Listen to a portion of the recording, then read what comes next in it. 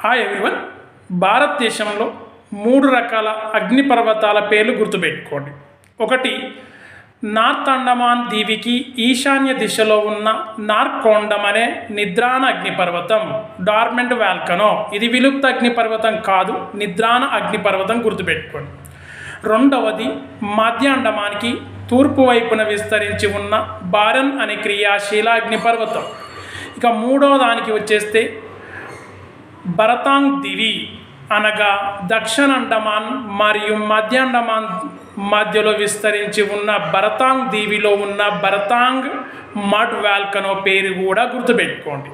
2005 హిందూ మహాసముద్రంలో సంభవించిన సునామీ అనంతరం ఈ మడ్ వాల్కనో ఉద్భేదనం చెందుతూ ఉంది. మడ్తో కూడిన ఉద్భేదనం, ఇది గుర్తుపెట్టుకోండి, వెరీ ఇంపార్టెంట్. భారత భూభాగంలో నిద్రాణ అగ్నిపర్వతం ఉంది, క్రియాశీల అగ్నిపర్వతం